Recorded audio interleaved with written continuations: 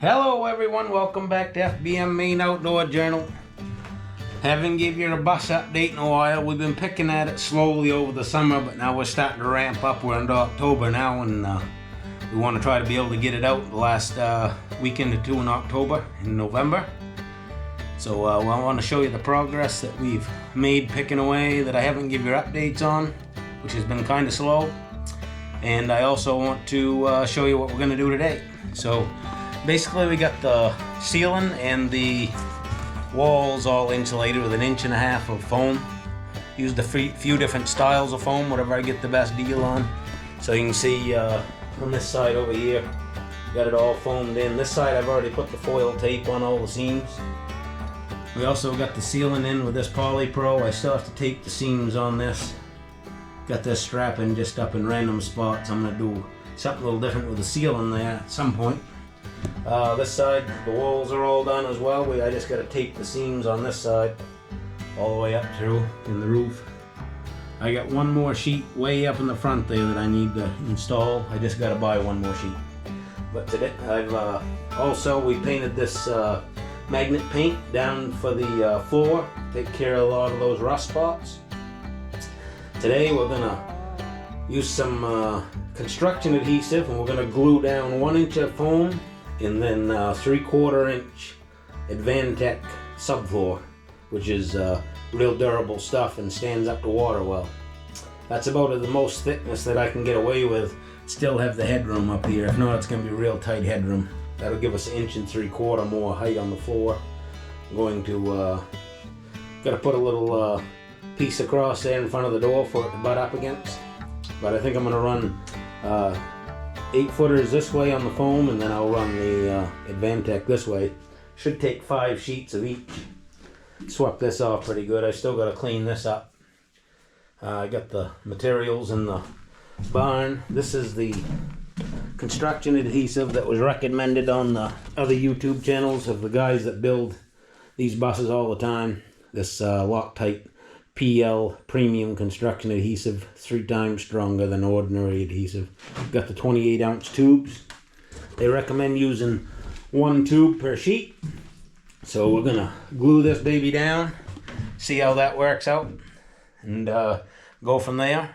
Might not get it totally finished before we use it, but we're trying to get it enough so we can, set up beds, have heat, have a place to cook and all that before we take it out for the first time. So we're gonna do our best, and I'm gonna get at it here and see what we can get done.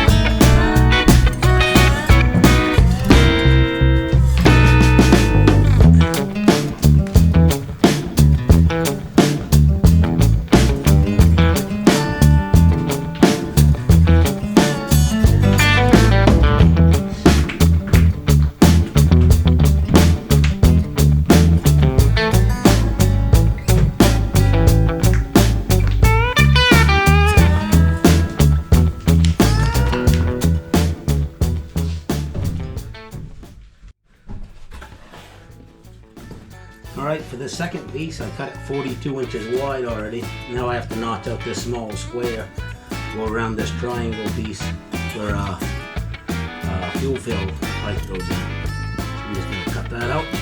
We'll see if we can glue this one.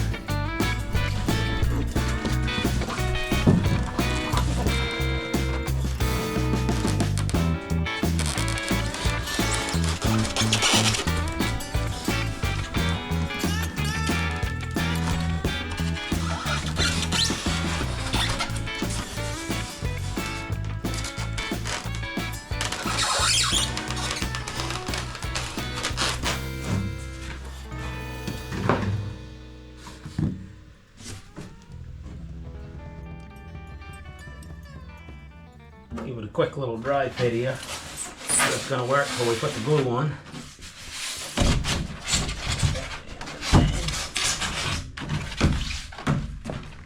Oh yeah, that's going to be fine. I'm going to do silicone all these seams, and the bigger ones we'll fill in with a little grate stuff, but it's not bad. We only got an 1/8 on that side and maybe a strong 1/8. We got a little wider gap here, but we got a flange in there that we had to go around. They didn't want to hold the foam up, so we get good bond with the glue. Fill that in with a little grate stuff. So that should work great. Flip it over and put some glue on. Alright, I got a good liberal amount of adhesive on that side. That wasn't quite a full sheet, but I still put a whole tube on there. Got a good perimeter bead. Then just did some squiggles across the middle. Now I'm going to try to flip this over and get it in a position without making too much of a mess. See how we make out here.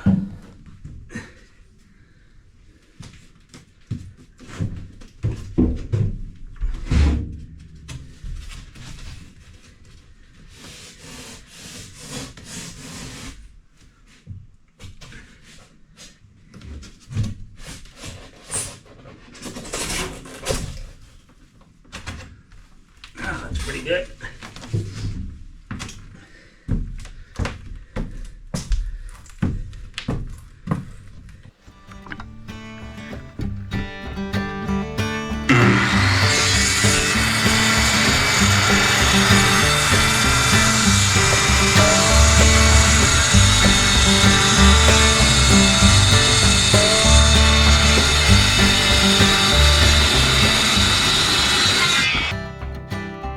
Alright, I just dry fit that in there. It's gonna fit. I was worried about these ribs on the side here. They stick out. But I took enough off it, so it shouldn't leave too big a gap. It'll still fall down in there. These are pretty hard to handle by myself, so I'm gonna try to keep the glue nozzle close to the wood. This stuff doesn't sag too much. I'm gonna try to put all the glue on there with it standing up so that I can just lay this down in place, because if I gotta lay it down flat and then try to wrestle it back down in there on the opposite side, it's going to be tricky. So we'll see how this goes. That might make even bigger mess, but the good thing, if it falls, the glue is still going to land on the foam where we're going to glue anyway, so we're going to try that.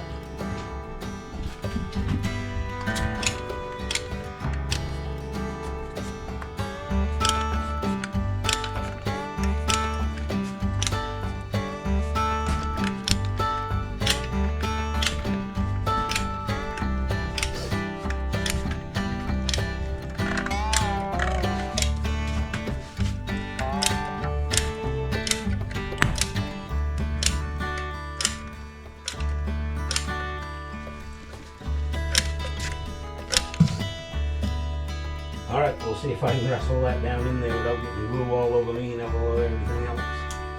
See what happens here.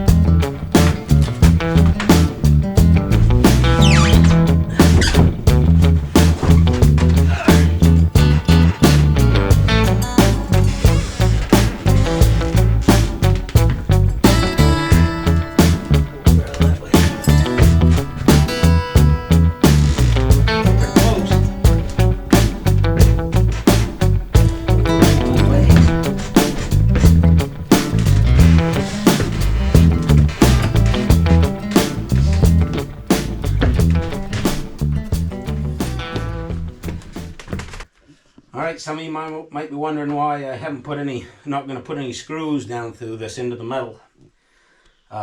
Two biggest reasons is if we put screws through the wood, we wear our wet boots and stuff in here during hunting season, and anything we might spill in here, it's going to give a chance for all that water to get down between this wood and the foam and the metal to cause rust, premature rot, and also take away from the R value of our insulation.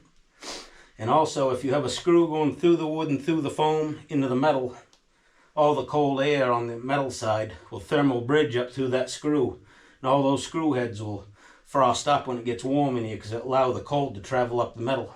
So this gives us no thermal bridging, be able to have a nice warm floor. Once we paint this with a good floor paint, it'll give us a good waterproof barrier so that no water can get down in underneath our foam and cause our floor to rust, cause our wood to rot. We'll seal up these edges as well. So that's why we're not using any fasteners, we're just using adhesive only. Alright, we got all our flooring down. Now we're going to paint the floor with some of this Valspar floor and patio paint, waterproof paint. Seal this up, give it a little barrier here. We want to get this area painted. We picked up a wood stove the other day, and we want to try to get that in here today. So we'll paint this area where we're going to put the wood stove first. Our roller handle don't break here. So we're going to go ahead and paint this up and see how it comes out.